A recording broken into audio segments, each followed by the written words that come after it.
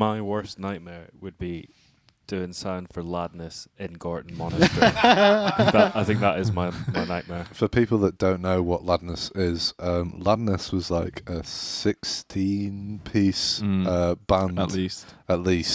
That we used to have. So sometimes we had like 2 drum kits, and you saw us at one point. It was like, at many points. Like, right, yeah.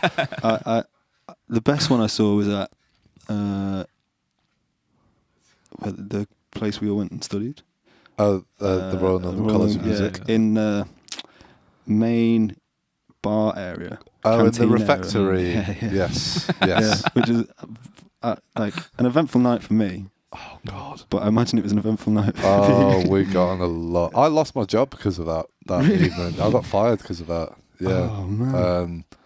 But they go? Let's just show the people at home watching that what are. Oh, that's our. So that's the kind of get up for the people that are listening on the podcast. We basically would play laddie, in quotes, music. So it'd be football shirts, sunglasses, and just anything that you can sort of go, oi, oi! So that was kind of the theme for the whole thing. Is that a broomstick? A brush, sorry, not a broomstick. Where? Oh, yeah, it's a brush. I think we took that in Blueprint Studios, I think. That we need to do some promo shots for a gig that no one came to. Damn. Yeah, but that gig in particular, the one that we did in the refectory, so basically they were going to, so there's like 16 of us, and they were going to pay us like 120 quid. So I was like, okay, Wow. rather than giving everyone like, 5p each or something, I'm going to just take all that money and spend it on booze and I basically bought like 100 cans of Carling and like some bottles of spirits, and we hired out one of the practice rooms. It was 276. Basically went up there, did sound check, went up there, got absolutely battered. Have you ever played Danger Cam? You'll know if you play that. No, I've never. But I think there's a game that I think someone has mentioned to me where you like block the door. With that's Crate Escape. Right. Yeah. I would know if I played that too. That's another story for another time. Yeah. So we hired out 276 and we were playing Danger Can. Now the aim of Danger Can is not necessarily a drinking game, it's more a drinking experience. Right. So what you do is you get the can and you smack it against your head, you shout Danger Can, and then you throw it onto the next person. And you just go round and round until the can explodes on your head, basically. It's something to do when you're a fucking... And they let you graduate. Apparently. I don't know how we got away with that, man. But yeah. That's what it's there for, isn't it? It's a playground for... Yeah, exactly, for idiots.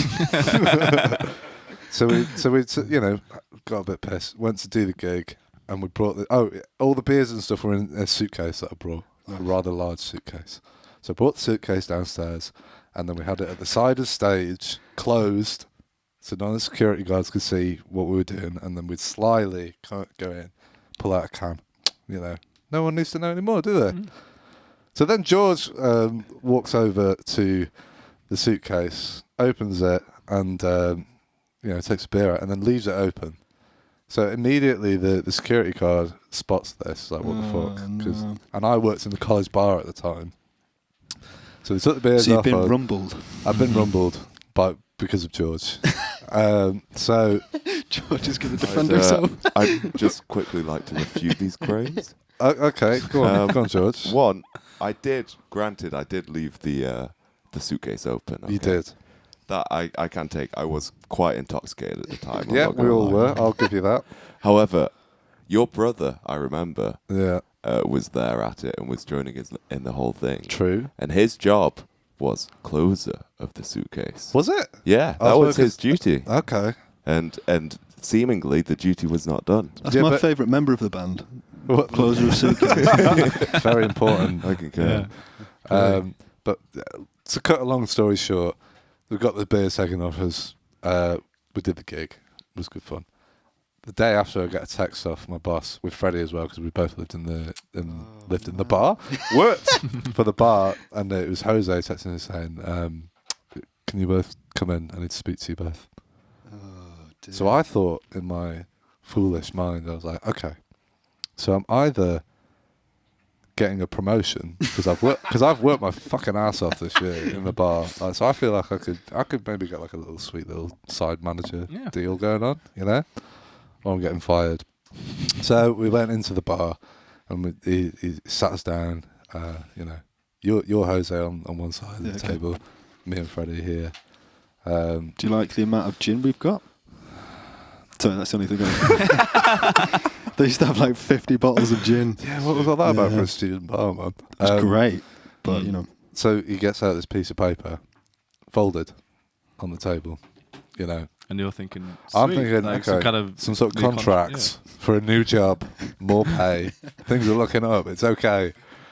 And he he slides it over, and I sort of pick it up and I unfold it, and it's a picture of the suitcase. I just went, It's evidence. It's just it's just a picture, literally like a. Do a you Word recognise this picture? like he's gone out of his way to like take a picture, go up and find somewhere to print it, and, just to make a fucking point.